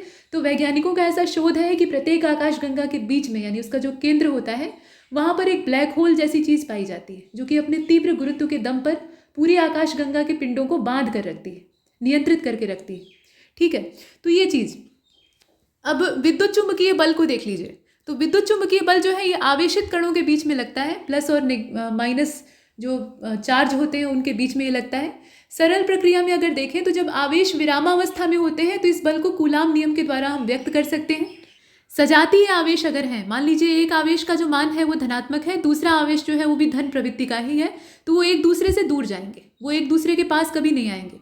अगर विजातीय है, मतलब इसमें से एक प्लस न होकर माइनस है, तो ये दोनों एक दूसरे के पास आएंगे। ठीक है, ये चलता रहता है। और व्यापक रूप से विद्युत और चुंबकीय प्रभाव जो है वो अविच्छेद है, मतलब एक दूसरे से अलग नहीं किए जा सकते हैं, और इसलिए इस बल को विद्युत चुंबकीय बल कहते हैं। इसमें दोनों के गुण पाए जाते हैं, और विद्युत और चुंबकत्व एक दूसरे से अलग चीज़ है ही नहीं, दोनों में आवेश का मामला होता है, बस तरीका अलग होता है। ठीक है, गुरुत्वाकर्षण बल की तरह ही विद्युत चुंबकीय बल में भी काफ़ी लंबी दूरियों पर काम करने की क्षमता होती है, मतलब इसकी जो रेंज होती है वो ज़्यादा होती है, और इसे किसी मध्यवर्ती माध्यम की आवश्यकता नहीं होती। ऐसा नहीं कि गुरुत्व को मध्यवर्ती माध्यम, मतलब बीच में कोई मीडियम चाहिए, नहीं तो वो चल नहीं पाएगा। ठीक है, ध्वनि की तरह ये नहीं होता है। और विद्युत चुंबकीय बलों की भी यही स्थिति होती है, उन्हें भी किसी मीडियम की आवश्यकता नहीं होती है, तो ये लॉन्ग टर्म मतलब लंबी दूरी तक काम करते हैं। लेकिन गुरुत्व बल की तुलना में ये बल बहुत ज़्यादा प्रबल होता है। उदाहरण के लिए किसी निश्चित दूरी के लिए 2 प्रोटॉनों के बीच का जो वैद्युत बल है, उनके बीच में लगने वाले गुरुत्वाकर्षण बल का 10⁻36 टाइम्स होता है, मतलब इतना गुना होता है। आप 1 के आगे 36 जीरो लगाकर देखिएगा कितनी बड़ी संख्या आपको मिलेगी, उतना बड़ा ही होता है, मतलब उतना ज़्यादा होता है ये ग्रेविटी से। इसके बाद आप देखें प्रबल नाभिकीय बलों को, तो नाभिक में भी आकर्षण बल काम करता है, आप जानते ही हैं। जो प्रबल नाभिकीय बल होते हैं वो प्रोटॉनों और न्यूट्रॉनों को बांध कर रखते हैं, और बिना किसी आकर्षी बल के प्रोटॉनों के परस्पर प्रतिकर्षण होने के कारण कोई भी नाभिक जो है वो असंतुलित हो जाएगा। ठीक है, आपने देखा ना रदरफोर्ड का परमाणु मॉडल और उससे पहले जे थॉमसन, तो इनकी अलग अलग कल्पनाएं थी। कुछ का ऐसा मानना था कि चारों ओर धनावेश, पूरा जो एक बड़ा हिस्सा है परमाणु का वो धनावेशित है और उसके अंदर ऋणावेश जगह जगह धंसा हुआ है, या फिर समान आवेश के जो कण हैं वो उसी में धंसे हुए हैं, धनावेशित कण धंसे हुए हैं। तो ऐसे में सारी कल्पनाएं वहाँ जाकर शून्य हो जाती थी कि समान आवेश हैं तो वो स्थिर कैसे हैं। और जब उनके बीच से किरणों को गुजारा गया तो ऐसा मालूम हुआ कि कहीं कहीं से टकरा कर वो निकल कर वापस लौट कर आ रही हैं और कहीं कहीं से पार निकल जा रही हैं। तो इससे भिन्न भिन्न कल्पनाएं सामने आती हैं और बाद में रदरफोर्ड को ऐसा एहसास होता है कि परमाणु के अंदर रिक्त स्थान भी पाया जाता है। ऐसा नहीं कि चारों तरफ सब कुछ भरा हुआ है और उसमें से कुछ जगह जो है वो धनावेशित है और कुछ ऋणावेशित है, इसीलिए जो आकर्षण प्रतिकर्षण का सिद्धांत है वो काम कर रहा है। फिलहाल प्रबल नाभिकीय बलों में यही है कि नाभिक के अंदर संतुलन कैसे होता है। तो न्यूट्रॉन जो है वो ऋणावेशित नहीं होते, धनावेशित भी नहीं होते हैं, वो उदासीन होते हैं, उनके अंदर कोई चार्ज नहीं होता है, आपने पढ़ा है। प्रोटॉनों पर धनावेश होता है और इलेक्ट्रॉन जो कक्षाओं में चक्कर लगा रहे होते हैं, परमाणु के नाभिक से बाहर जो ऑर्बिट होते हैं उनमें चक्कर लगा रहे होते हैं, उनके ऊपर होता है ऋणावेश। और वही ऋणावेश नाभिक में जो धनावेश है उसके साथ संतुलन की अवस्था में होता है और इसीलिए परमाणु स्थिर होता है। तो ये काम करता है यहाँ पे नाभिकीय बल। अब यहाँ ये बताया गया कि प्रबल नाभिकीय बल जो है, प्रबल शब्द ही इसको बड़ा दर्शा रहा है, तो प्रबल नाभिकीय बल सभी बलों में सबसे ज़्यादा प्रबल होता है। ठीक है, ये पूछा जाता है कि कौन सा बल चारों बलों में सबसे खतरनाक बल कौन सा है। तो जो प्रबल नाभिकीय बल है वो सभी जितने भी मूल बल आपने देखे उनमें सबसे प्रबलतम है, जो कि प्रबलता में विद्युत चुंबकीय बल का लगभग 100 गुना हो जाता है। आपने देखा ना 10⁻36 टाइम था विद्युत चुंबकीय बल ग्रेविटी का, मतलब ग्रेविटेशनल फोर्स का, और उस विद्युत चुंबकीय बल यानी इलेक्ट्रोमैग्नेटिक फोर्स का भी ये 100 टाइम्स ज़्यादा है। और यह आवेश के प्रकार पर निर्भर नहीं करता है। ऐसा नहीं कि यहाँ पे आवेश अगर विपरीत है तो ही ये काम करेगा, आवेश अगर समान है तो भी काम करेगा। प्रोटॉन प्रोटॉन के बीच में, न्यूट्रॉन न्यूट्रॉन के बीच में और प्रोटॉन न्यूट्रॉन के बीच में ये समान रूप से काम करता है। हालांकि इसका परिसर बहुत छोटा होता है, इसका विस्तार ज़्यादा नहीं है, ऐसा नहीं कि लंबी दूरी तक ये चल सके, और नाभिक की विमाओं के अंदर ही ये सीमित होता है। तो आप जानते हैं कि परमाणु का आकार कितना छोटा है, तो उतने छोटे दायरे में ही ये काम करता है, लेकिन इसकी प्रबलता ज़्यादा होती है।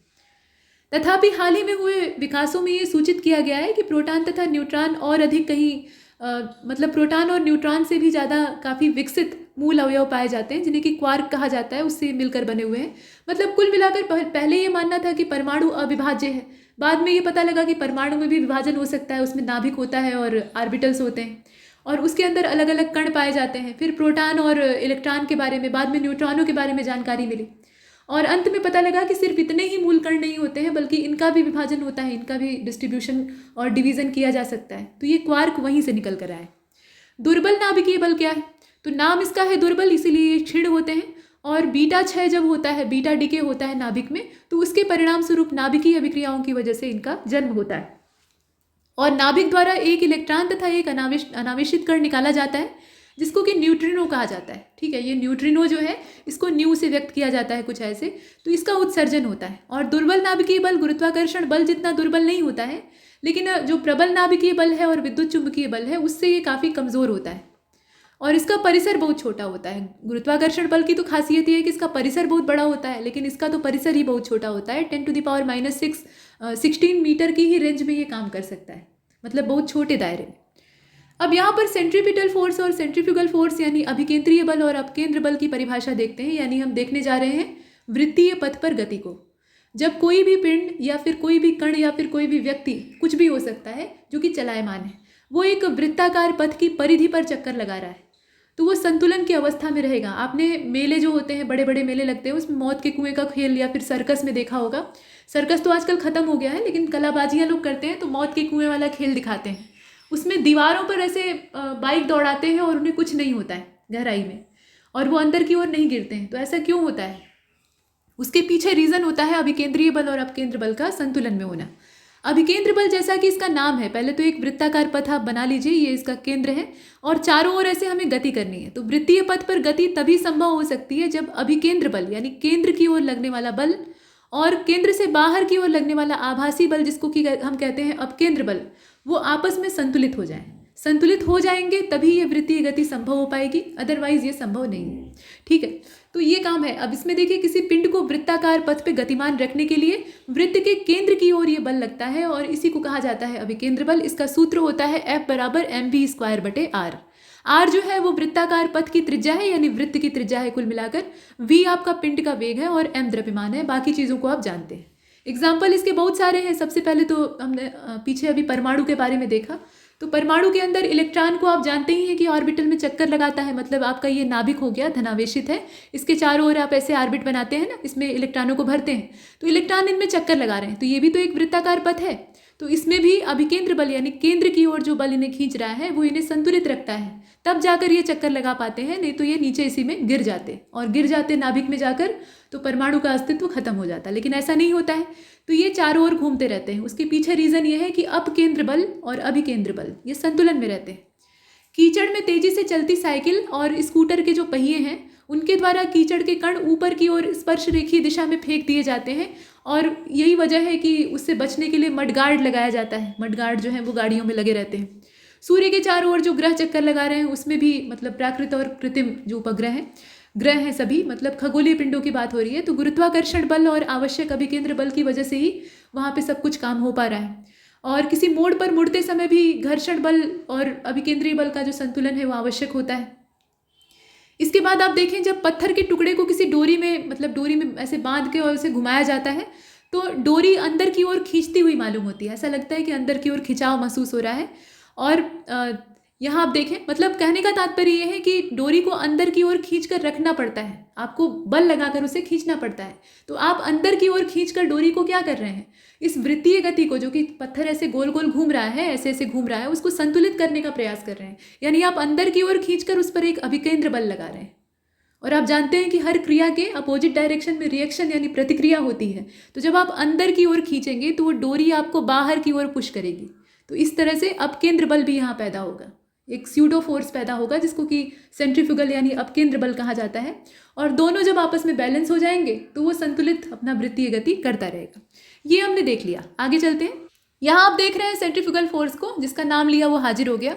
जब कोई पिंड वृत्ताकार पथ पे चलता है तो उसकी गति को बनाए रखने के लिए केंद्र से बाहर की ओर भी एक बल लगता है। कल्पना करिए कि अपकेंद्र बल ना होता, सिर्फ अभिकेंद्र बल होता, तो वृत्ताकार पथ पे जो पिंड गति कर रहा है उसको अंदर की ओर खींच लिया जाता। जैसे आप चल रहे हैं, पीछे से कोई पकड़ कर आपको अंदर खींच ले, तो आप क्या होंगे, गिर जाएंगे अंदर की ओर।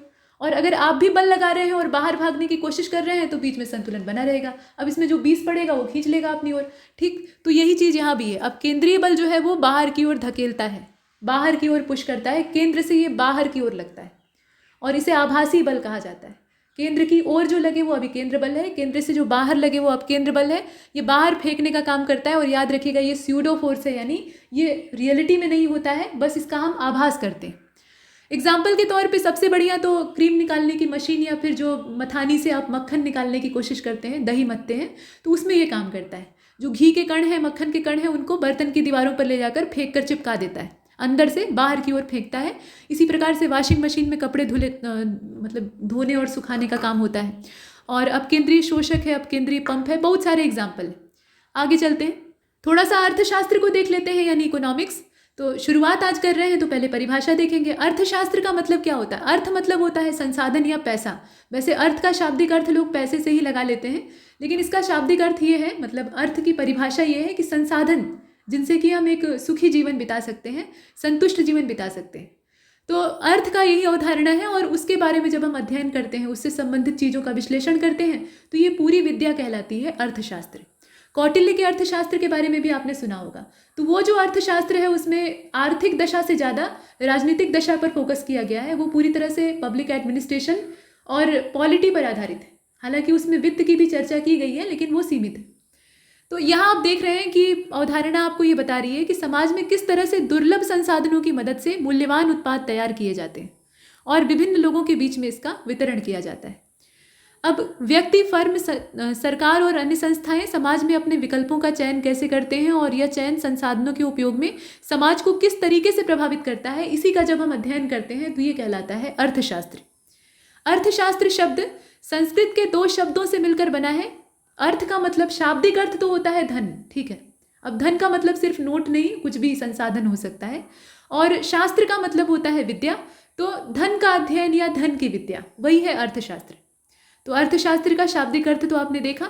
सबसे पहले दर्ज किए गए आर्थिक विचारकों में एक थे 8वीं शताब्दी ईसा पूर्व में, एक ग्रीक यूनानी जो व्यक्ति हैं उसके तौर पे किसान थे मूल रूप से, और इनका नाम था हेसियोड। और किसान आमतौर पे कवि होते ही हैं।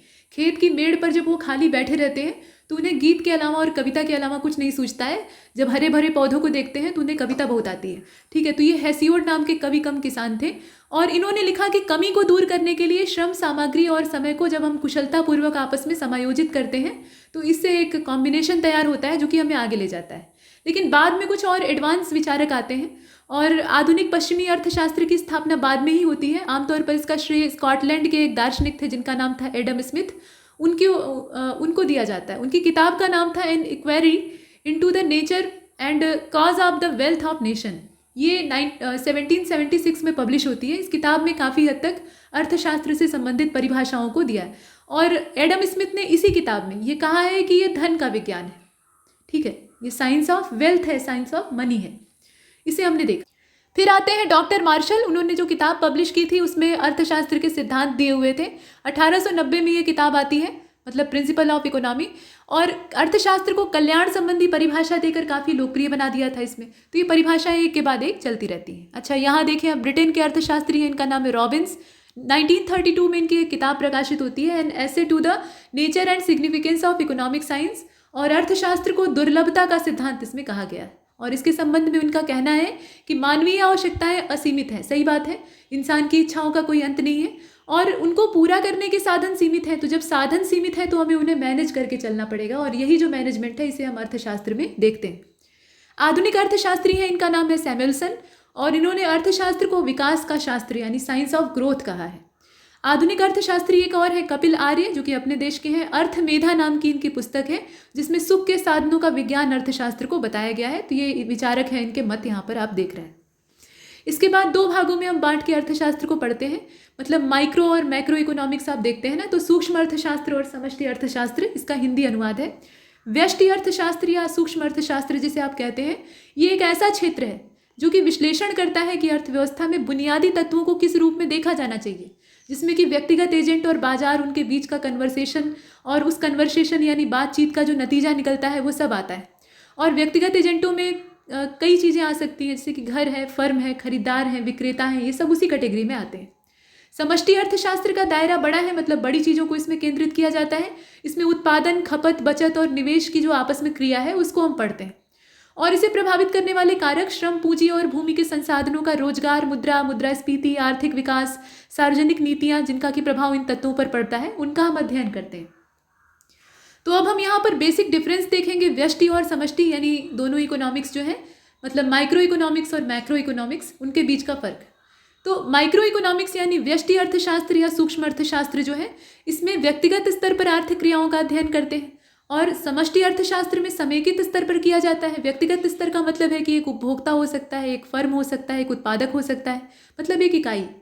और जो समष्टि अर्थशास्त्र है उसमें पूरा समूह, मतलब पूरा राष्ट्र है, तो एक समूह है तो उसकी राष्ट्रीय आय, कुल उपभोग को हम देखते हैं, कुल स्तर जो कीमत का है उसको देखते हैं।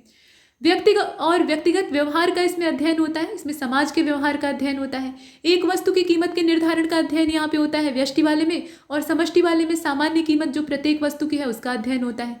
और व्यष्टि आर्थिक समस्याओं के निदान में कीमत संयंत्र यानी प्राइस मैकेनिज्म, अर्थात मांग की पूर्ति बलों की निर्माण या निर्णायक क्रिया के तौर पे काम करता है। और समष्टि वाला जो सिस्टम है उसमें आर्थिक समस्याओं जैसे कि रोजगार, गरीबी और स्फीति इत्यादि के समाधान में सरकारी भूमिका निर्णायक होती है, मतलब यहाँ पे सरकार अपने कदम उठाती है, वो निर्णायक होता है। अर्थशास्त्र को 2 भागों में बांटने वाले कौन से व्यक्ति थे, तो इनका नाम था जॉन मेनार्ड कीन्स। इन्होंने 2 श्रेणियों में इसको बांट दिया और रेखांकित किया। इनका एक जनरल प्रकाशित हुआ था, मतलब एक पेपर पब्लिश हुआ था जिसका नाम था the general theory of employment, interest and money. इसमें अर्थव्यवस्था को मैनेज करने का, अर्थशास्त्र को मैनेज करने का एक नया तरीका बताया गया था। अब अर्थशास्त्र विशेष रूप से उत्पादन और विनिमय में दक्षता से संबंधित है, और यह समझने के लिए मॉडल और धारणाओं का इस्तेमाल किया जाता है, कैसे प्रोत्साहन और नीतियां बनाई जाए, दक्षताओं को कैसे अधिकतम करें, ये सब समझने के लिए तरह तरह के मॉडल बनते हैं।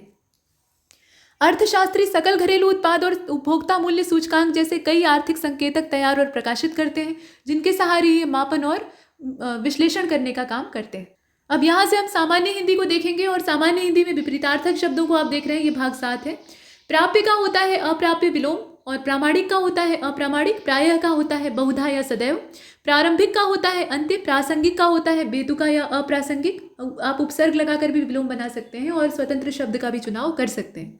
प्रिय का विलोम अप्रिय होता है, प्रीति का द्वेष होता है, प्रेम का घृणा होता है, प्रेम भाव का दुर्भाव होता है, प्रेरित का अप्रेरित होता है और प्रोत्साहित का हतोत्साहित होता है। प्रौढ़ का विलोम अप्रौढ़ होता है, प्रौढ़ता का अप्रौढ़ता होता है, फलाहारी का अनाजी होता है, फलित का अफलित होता है, फूल का कांटा होता है, फैलने का सिकुड़ना होता है, बड़बड़िया का गुमसुम होता है और बढ़ने का घटना होता है, बढ़िया का घटिया, बंधन का मोक्ष और बद्ध का अबद्ध या मुक्त होता है। बलवान का दुर्बल, निर्बल, बलहीन, इनमें से कुछ भी हो सकता है। बर्बर का सभ्य होगा, बनने का बिगड़ना, मिटना, टूटना, ये सब हो सकता है। बहिरंग का अंतरंग और बाधक का अबाधक, बार बार का कभी कभी, बीमार का चंगा या तंदुरुस्त, बृहद का लघु। इसके बाद बहुधा का यदा कदा, बाधित का अबाधित, बाहर का अंदर या भीतर, बुद्धिमान का निर्बुद्धि और बेचने का खरीदना, बुरे का भला, बाह्य का अभ्यंतर, बाध्य का अबाध्य, बाढ़ का सूखा और बेडौल का सुडौल। आगे चलते हैं। यहाँ आप देख रहे हैं बीमार का चंगा या तंदुरुस्त, बुद्धिमान का बुद्धिहीन या निर्बुद्धि कह सकते हैं, बुरे का भला, बृहद का लघु, बेचने का खरीदना और बेडौल का सुडौल। बेदम का दमदार होता है, बेमेल का संगत होता है, बोधगम्य का दुरूह हो सकता है, अबोधगम्य भी हो सकता है, बोध्य का अबोध्य होता है, ब्याहा का कुंवारा होता है, भंगुर का अभंगुर होता है, भंजनीय का अभंजनीय, भक्त का अभक्त और भक्ष्य का अभक्ष्य होता है, भग्न का साबुत होता है, भद्र का अभद्र होता है, भद्रता का अभद्रता होता है, भय का साहस, भयभीत का निर्भीक या निर्भय, अभय भी कह सकते हैं, भरे हुए का छूछा, रिक्त या फिर खाली हो सकता है, भले का बुरा, भलाई का बुराई, ऊष्मा का शीतलन हो जाएगा, और ऋणात्मक का धनात्मक या धनात्मक का ऋणात्मक। ऋण का धन होता है, रिद्धि का विपन्नता होता है, रिद्धि मतलब संपन्नता, एकांकी का अनेकांकी, एकाकी का दुकेला, ठीक है, एकाकी मतलब अकेला तो उसका दुकेला हो जाएगा, और एकाग्र का चंचल हो जाएगा, एकाधिक का सर्वाधिकार मतलब एकाधिकार का सर्वाधिकार, एड़ी का चोटी, एक श्रुत का बहुश्रुत, एक तंत्र का बहुतंत्र, ऐषणा का अनेषणा, ऐन्द्री का ऐन्द्र, ऐन्द्री मतलब इंद्र की पत्नी और इंद्र मतलब इंद्र भगवान। उसके बाद एक निष्ठ का सर्वनिष्ठ, ओजस्वी का निस्तेज, ओत प्रोत का विहीन, ओछे का गंभीर, ओह का वाह। ओह मतलब जैसे हम दुख से भरकर आहें भरते हैं तो उसी का फिर तारीफ करते हैं, तो वाह खुशी का ये और दुख का प्रतीक है। इसके बाद आप देखें औदीच्य का दाक्षिणात्य हो जाएगा, उदीची मतलब उत्तर दिशा होता है असल में। इसके बाद औदार्य का अनौदार्य हो जाएगा, औरत का आदमी हो जाएगा, कर्षण का विकर्षण हो जाएगा और कुसंग का सुसंग हो जाएगा। कटु का मृदु है, कड़े का मुलायम है, कुसुम का वज्र है। कुसुम का मतलब यहाँ पे पुष्प तो है ही है, पुष्प बहुत मुलायम होता है और वज्र बहुत कठोर होता है, ऐसे इसको विलोम बताया गया। इसके बाद आप देख रहे हैं कायर का, तो कायर का साहसी या निडर होता है, क्रमबद्ध का क्रमहीन होता है, और कृश का हृष्टपुष्ट प्रवृद्ध या स्थूल हो सकता है। काम का निष्काम होगा, कलुष का निष्कलुष या अकलुष भी हो सकता है, कृपा का कोप या अकृपा, कर्मठ का आलसी, कृश का पुष्ट स्थूल प्रवृद्ध, कृत्रिम का प्राकृत स्वाभाविक या नैसर्गिक, जागृत का सुषुप्त, जनक का जननी, जल का निर्जल थल, जागरूक का उदासीन, जनाकीर्ण का जनहीन, ज्योतिर्मय का तमोमय, जाड़ा का गर्मी, ज्वार का भाटा, जंगली का पालतू घरेलू, जोड़ का घटाओ, ज्वलन का शमन, झूठ का सच, झगड़ा का शांति, झनकृत का निस्तब्ध, झीना का गाढ़ा, तट का मझधार, तल का अतल, तनय का तनया, तनवंगी का स्थूलंगी, तरल का ठोस, तनुता का पुष्टता। और इसी क्रम में आगे चलते हैं। यहाँ आप देख रहे हैं तारुण्य का क्या हो जाएगा, वार्धक्य हो जाएगा, तृष्णा का वितृष्णा और तृप्ति दोनों हो सकता है। तप्त का शीतल हो जाएगा, त्रिषित का तृप्त हो जाएगा, तीक्ष्ण का कुंद हो जाएगा, तृषा का तृप्ति हो जाएगा, त्यक्त का गृहित हो जाएगा, त्याज्य का ग्राह्य और तृप्त का अतृप्त या तृषित हो जाएगा। तुष्ट का रुष्ट हो सकता है, तेज का धीमा हो सकता है, तेजस्वी का निस्तेज हो सकता है। तटस्थ का सापेक्ष, तिमिर का आलोक या ज्योति, तलवार का ढाल, थाह का अथाह, थकावट का स्फूर्ति, तुलनीय का अतुलनीय, थोक का फुटकर खुदरा दोनों हो सकता है, दास का स्वामी, दरिद्र का संपन्न या धनी, देह का विदेह, दंड का क्षमा या पुरस्कार, दयालु का निर्दयी, दुसाध्य का सुसाध्य, दुर्बुद्धि का सुबुद्धि, दृश्य का अदृश्य, दुर्गम का सुगम, दुर्भाग्य का सौभाग्य, दृष्ट का अदृष्ट, दुर्दांत का शांत, दमित का उत्तेजित, शीघ्र का ह्रस्व, सूक्ष्म लघु, ये तीनों हो सकता है। सुखी और दुखी आपस में विलोम है, दुशील का सुशील हो जाएगा, दुराग्रह का आग्रह हो जाएगा, दुर्निवार का निवार्य हो जाएगा, दूरवर्ती का निकटवर्ती हो जाएगा, दैविक का भौतिक हो जाएगा, देव का दानव हो जाएगा, मतलब दानव असुर दैत्य कुछ भी हो सकता है। दूषित का स्वच्छ या सित हो जाएगा, दिवा का सित मतलब सफ़ेद होता है, दिवा का रात्रि या निशी हो सकता है। कृपण का यहाँ आप देख रहे हैं दानी हो जाएगा, देर का सबेर हो जाएगा या जल्दी भी कह सकते हैं उसको। और दाता का सूम होता है, इसके अलावा भिखारी, भिक्षुक या याचक भी कह सकते हैं। अब यहाँ से करंट अफेयर स्टार्ट होता है और करंट अफेयर में रिपोर्ट या इंडेक्सेस दिए हुए हैं किस संस्था के द्वारा प्रकाशित किए जाते हैं। उसमें टॉप पे कौन है और बॉटम में कौन है ये हम देखेंगे और इसका डिस्क्रिप्शन देखेंगे। तो सबसे पहले आता है हेनले पासपोर्ट इंडेक्स 2022। हेनले के द्वारा इसको प्रकाशित किया जाता है और 2022 का जो सर्वश्रेष्ठ पासपोर्ट इंडेक्स मिला है, मतलब रैंकिंग मिली हुई है, उसमें जापान और सिंगापुर का जो स्कोर है वो सबसे ज़्यादा है। 192 के स्कोर के साथ ये टॉप पे है। दूसरे नंबर पे जर्मनी और साउथ कोरिया है, स्कोर है इनका 190। और फिनलैंड, इटली, स्पेन और लग्जमबर्ग इसमें तीसरे स्थान पे है 189 के स्कोर के साथ। भारत की इसमें क्या प्रदर्शन स्थिति है, तो 2022 की पहली तिमाही के लिए जारी जो ये हेनले पासपोर्ट इंडेक्स है, 111 देशों के बीच में कंपटीशन था और हमारा स्थान है 83वां। ठीक है, 2021 में हमारा 90वां स्थान था, तो थोड़ा अभी सुधार हुआ है, स्थिति में 7 स्थान का सुधार किया गया है। 2022 में दुनिया में सबसे कम शक्तिशाली पासपोर्ट देश कौन कौन से हैं, तो इसमें अफगानिस्तान है, 26 से प्राप्त हुआ है स्कोर, इराक को 28 और सीरिया को 29। तो ये बॉटम वाले हैं। तो टॉप और बॉटम हमने देखा और अपने देश की स्थिति को देख लिया। इसके बाद आगे चलते हैं। यहाँ आप देख रहे हैं एशिया पावर इंडेक्स जरूर पूछा जाता है, कुछ न कुछ इससे क्वेश्चन बनेगा। तो सिडनी स्थित जो थिंक टैंक है, जैसे अपना थिंक टैंक है नीति आयोग सरकार का, वैसे ही सिडनी का थिंक टैंक है ये लोवी इंस्टीट्यूट। और लोवी इंस्टीट्यूट जो है इसमें इंडेक्स में जो टॉप कंट्रीज़ हैं, पहले नंबर पर यूएसए है यानी संयुक्त राज्य अमेरिका, उसके बाद चीन है, जापान है और चौथे स्थान पर हम लोग हैं। भारत इसमें चौथे स्थान पर है। और जो पड़ोसी देश हैं उनकी क्या स्थिति है, तो 15वें नंबर पे हमारा नालायक पड़ोसी है, उसके अलावा 19वें स्थान पे है बांग्लादेश, 20वें स्थान पे है पड़ोसी श्रीलंका और 25वें स्थान पे है हमारा दोस्त नेपाल। और इंडेक्स में भारत पिछले वर्ष भी चौथे स्थान पे था, यानी ये हमारी रैंकिंग में सुधार नहीं हुआ है, हम अपने स्थान पर बने हुए हैं। 70 से अधिक स्कोर वाले 2 देशों अर्थात यूएसए और चीन को सुपर पावर की श्रेणी में रखा गया है और वो हैं। इसके बाद नेक्स्ट भ्रष्टाचार धारणा सूचकांक। अच्छा, एक चीज़ इसमें देखिए, एशिया पावर इंडेक्स में सबसे निचला स्थान पापुआ न्यू गिनी को प्राप्त हुआ है, 26वां। भ्रष्टाचार धारणा सूचकांक 2021 का है, ट्रांसपेरेंसी इंटरनेशनल इसको जारी करता है। सबसे ज़्यादा भ्रष्ट देश है दक्षिणी सूडान, 11 का स्कोर इसको मिला है। यहाँ आप देख रहे हैं, ठीक है, माफ़ कीजिए, इसमें स्कोर, स्थान और देश दिया हुआ है, तो इसका जो स्थान है वो 180वां है, यहाँ आप देख रहे हैं, और स्कोर 11वां है। दक्षिणी सूडान को आप याद रखेंगे, सबसे ज़्यादा करप्ट कंट्री। और बहुत साफ सुथरे जो एकदम ट्रांसपेरेंट देश है उसमें डेनमार्क, फिनलैंड और न्यूजीलैंड है, 88 का इनका स्कोर है। और तीनों देश यानी तीनों को संयुक्त रूप से शीर्ष स्थान प्राप्त हुआ है। भाई बराबर स्कोर है तो ये संयुक्त रूप से टॉप कर गए। अब भारत की क्या स्थिति है ये जानना रोचक है, क्योंकि भ्रष्टाचार के मामले में हम भी बहुत साफ तो है नहीं। तो शून्य, ये जो सूचकांक है इसमें शून्य का मतलब होता है बहुत ज़्यादा भ्रष्ट। ठीक है, जितना ज़्यादा आपका स्कोर रहेगा उसके हिसाब से यहाँ काउंट होगा। तो शून्य का मतलब होता है बेहद भ्रष्ट, और 100 का स्कोर अगर आपको मिलता है तो आप एकदम ही दूध के धुले हैं। 2021 में भारत का स्थान था 85वां। मतलब क्या है कि इसमें हमारी स्थिति बहुत ठीक भी नहीं कही जा सकती, बहुत खराब भी नहीं कही जा सकती। और 40 का स्कोर था, मतलब 85वां स्थान था, स्कोर हमारा 40 था। स्थान और स्कोर में फ़र्क है। 2020 की स्थिति क्या थी, यहाँ आप दोनों ही देखिए। 2020 में 85वां स्थान था और 40 का स्कोर था। माफ़ कीजिए, 2021 में यहाँ थोड़ा सा बोलने में मिस्टेक हुआ है, उसके लिए मैं क्षमा चाहूँगी। देखिए 85वां स्थान भारत को प्राप्त हुआ था 2021 में, ठीक है, स्थान है, और स्कोर था 40। ये ध्यान दीजिएगा, ये 2021 का है। और 2022 में क्या था, पीछे वाले साल में, कभी कभी पीछे का भी पूछ लिया जाता है, तो 86वां स्थान था। और 2019 में क्या था, और पीछे चले जाए तो 80वां स्थान था। तो ये यही आसपास घूम रहा है। कुल मिलाकर इस सूचकांक में 28 के स्कोर के साथ, ध्यान से देखिएगा, 28 के स्कोर के साथ पाकिस्तान जो है वो 140वें स्थान पे। अब भारत में बेरोजगारी दर को अगर नापा जाए तो ये बढ़ती ही जा रही है, इसमें कोई संदेह नहीं है, और सरकार इस मोर्चे पर पूरी तरह से हाथ पैर पसार चुकी है, मतलब विफल हो गई। अब centre for monitoring Indian economy, ये जो है CMIE, इसके द्वारा यहाँ पे इंडेक्स जारी किया गया, मतलब दर का रिपोर्ट जारी किया गया। तो इसमें जो राज्यों की रैंकिंग बनाई गई, सबसे ज़्यादा बेरोजगारी है हरियाणा में, राजस्थान में, झारखंड में और बिहार में। जम्मू कश्मीर में भी बेरोजगारी कम नहीं हुई है। हालांकि दावे तो बहुत किए गए थे कि भाई वो विशेष राज्य वाला दर्जा और वहाँ की स्थितियों को सामान्य किया जाएगा तो उससे बहुत बड़ा फर्क आएगा, लेकिन अभी तक ऐसा कुछ दिखा नहीं। तो ये है। और सबसे कम बेरोजगारी दर वाले जो जिले हैं, माफ़ कीजिए राज्य हैं, उसमें कर्नाटक, गुजरात और ओडिशा है। दक्षिण के राज्यों का अच्छा प्रदर्शन है और उसे यहाँ हम साफ देख सकते हैं।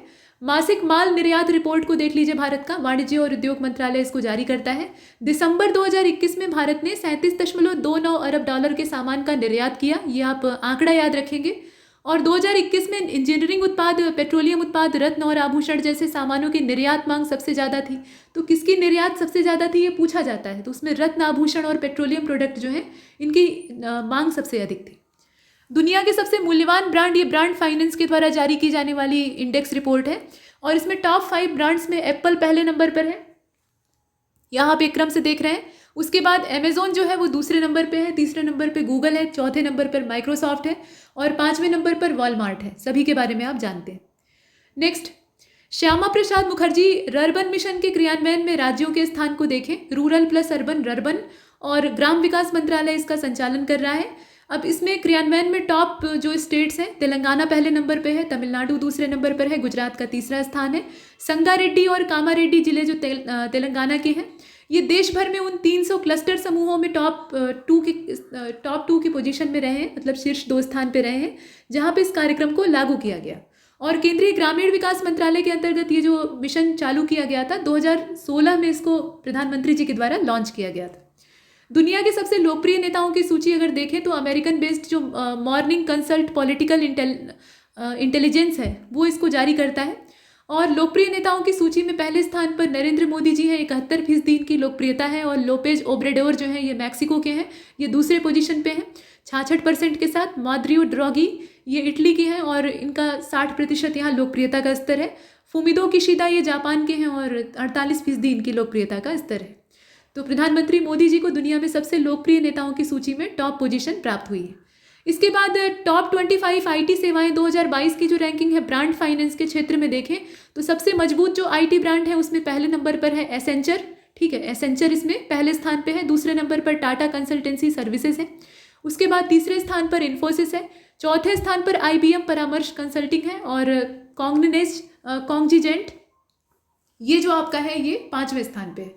इसमें खास बात यह है कि आईटी क्षेत्र की 4 अन्य बड़ी घरेलू कंपनियों में यहाँ प्रतिस्पर्धा हुई थी और वो भी टॉप 25 में अपनी स्थिति को मजबूत किए हुए हैं, जैसे कि 7वीं पोजीशन पे है। तो 5 तक हमने देखा ना, उसके बाद वाला तो 7वें पोजीशन पे है विप्रो।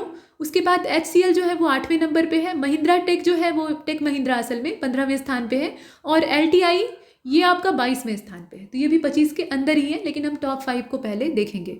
इसके बाद भारत में इलेक्ट्रिक व्हीकल का आजकल काफ़ी चलन चल रहा है, तो नीति आयोग ने ये रिपोर्ट जारी की है और इसका 1 लाइनर डाटा आपने पढ़ा भी था। तो 22 जनवरी 2022 को नीति आयोग ने भारत में ये शीर्षक, मतलब इलेक्ट्रिक व्हीकल पर बैंकिंग, ये रिपोर्ट का शीर्षक था, तो इसको जारी किया। और RBI की प्राथमिकता के क्षेत्र उधार निर्देशों, मतलब दिशा निर्देश जो गाइडलाइंस हैं उसमें इलेक्ट्रिक वाहनों को शामिल करने की आवश्यकता और महत्व को ये रेखांकित करती है।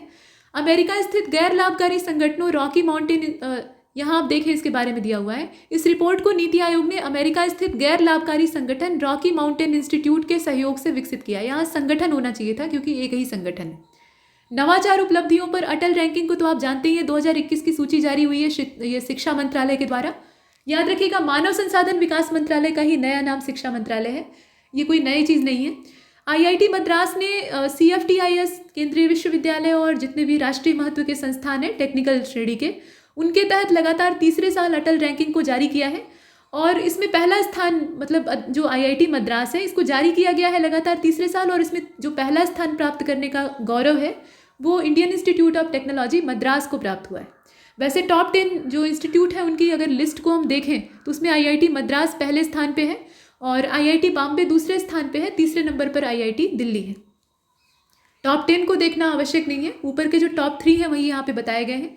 अच्छा, डीम्ड यूनिवर्सिटी और राज्य विश्वविद्यालयों की श्रेणी में यहाँ पे रासायनिक प्रौद्योगिकी संस्थान महाराष्ट्र का नाम हम ले सकते हैं टॉप कैटेगरी में। इंजीनियरिंग कॉलेज पुणे जो है, ये सरकारी जो इंजीनियरिंग कॉलेज है उसमें पहले स्थान पे है। जो प्राइवेट कॉलेज है उसमें कलिंग औद्योगिक प्रौद्योगिकी संस्थान जो खोर्धा उड़ीसा का है उसका नाम आता है। और वित्त पोषित संस्थानों में Avinashi Lingam Institute for Home Science and Higher Education for Women, ये तमिलनाडु का है, इसको यहाँ पर रैंकिंग प्राप्त हुई है। इसके बाद अब 1 लाइनर डाटा को भी थोड़ा देख लीजिए। तो गणतंत्र दिवस के मौके पर राजपथ परेड में वायुसेना की झांकी निकली थी और इसमें पहली महिला राफेल लड़ाकू विमान पायलट शिवांगी सिंह ने भाग लिया था। राफेल विमान वैसे भी चर्चा में थे और उससे भी ज़्यादा चर्चा ये है कि ये महिला सशक्तिकरण का गौरव चिन्ह बन गए हैं, क्योंकि यहाँ पे उड़ाने वाली महिला पायलट है, इनका नाम है शिवांगी सिंह। और वायुसेना की झांकी का हिस्सा बनने वाली दूसरी महिला लड़ाकू विमान पायलट के तौर पर इन्हें गौरव प्राप्त हुआ। 2021 में पहली बार शामिल कौन हुआ था? तो भावना कंठ, जो कि लेफ्टिनेंट है, फ्लाइट लेफ्टिनेंट है, वो इस झांकी का हिस्सा बनने वाली पहली महिला थी। वाराणसी से ताल्लुक रखने वाली शिवांगी सिंह ये अपनी यूपी की ही है, तो क्वेश्चन बन सकता है और इसीलिए यहाँ पर आपको दिया भी है। तो शिवांगी सिंह 2017 में वायुसेना में शामिल हुई थी और महिला लड़ाकू विमान पायलटों में वायुसेना के सेकेंड बैच में ये शामिल हुई थी। तो महिलाओं को सेना में भर्ती करने की ये प्रणाली बहुत लंबी, मतलब बहुत पीछे से नहीं चली आ रही है, ये नवाचार है एक तरह का और काबिले तारीफ है। आंध्र प्रदेश राज्य सरकार ने 13 नए जिले बनाए हैं अभी हाल फिलहाल में, तो अब राज्य में कुल जिलों की संख्या बढ़कर हो गई है 26, क्योंकि आंध्र का जब से विभाजन हुआ था तब से इसमें बहुत ज़्यादा परिवर्तन नहीं हुए थे, हालांकि नई राजधानी और नया क्रम बन रहा था, लेकिन अभी 13 नए जिलों का गठन हुआ है। जो नए जिले हैं उनके नाम आप जान लीजिए, इसमें मान्यम है अल्लूरी सीताराम राजू, ये नेताजी के नाम पे है, और उसके अलावा अनाकापल्ली, काकीनाडा, कोनासीमा, एलूरू, एनटीआर, बापटिया, पलनाडु, नदियाल और सत्य साई, अन्नामैया और श्री बालाजी, ये सब जिले हैं। दिसंबर 2021 में संयुक्त राष्ट्र की संस्कृति एजेंसी यूनेस्को ने नॉर्डिक देशों में, जो स्कैंडिनेवियन देश है, नॉर्डिक देश है, वहाँ पर प्रचलित क्लिंजर नौकाओं को अपनी विरासत सूची में शामिल किया है। ठीक, तो ये नॉर्डिक लोग जो हैं क्लिंजर शिप्स का इस्तेमाल किया करते थे। अगर आपको क्लिंजर शिप्स देखनी है तो फ्रोजन मूवी देखिएगा डिज्नी की, उसमें ये आपको दिखाई देगी। और या फिर कोई भी आप वाइकिंग से जुड़ी हुई फिल्म देखिएगा, तो उसमें वाइकिंग लोग जब समुद्र पार करते हैं तो उसमें नाव का यूज़ करते हैं और वो नाव आपको इसी संरचना की दिखेगी। ठीक है, तो ये आपने देखा। इसके बाद प्रधानमंत्री नरेंद्र मोदी ने 21 जनवरी 2022 को गुजरात में सोमनाथ मंदिर के पास एक नए सर्किट हाउस का उद्घाटन किया। अच्छा, डिजिटल संसद नाम का एक नया एप्लीकेशन लोकसभा सचिवालय के द्वारा लॉन्च किया गया है, तो इसको आप याद रखेंगे। इसके बाद स्विगी कंपनी है, इसने हाल फिलहाल में डेकाकॉर्न का टैग हासिल करने का गौरव प्राप्त किया है और ऐसी ये चौथी भारतीय कंपनी बन गई है। डेकाकॉर्न एक निजी फर्म होता है जिसका कि मूल्य $1 अरब से ज़्यादा है, ये आप इसके बारे में जानिए। और ये टैग हासिल करने वाली अन्य कंपनियां कौन सी हैं भारत की? तो 3 कंपनियां हैं इसमें, पेटीएम है, ओयो है, होटल एग्रीगेटर, और बाइजू है।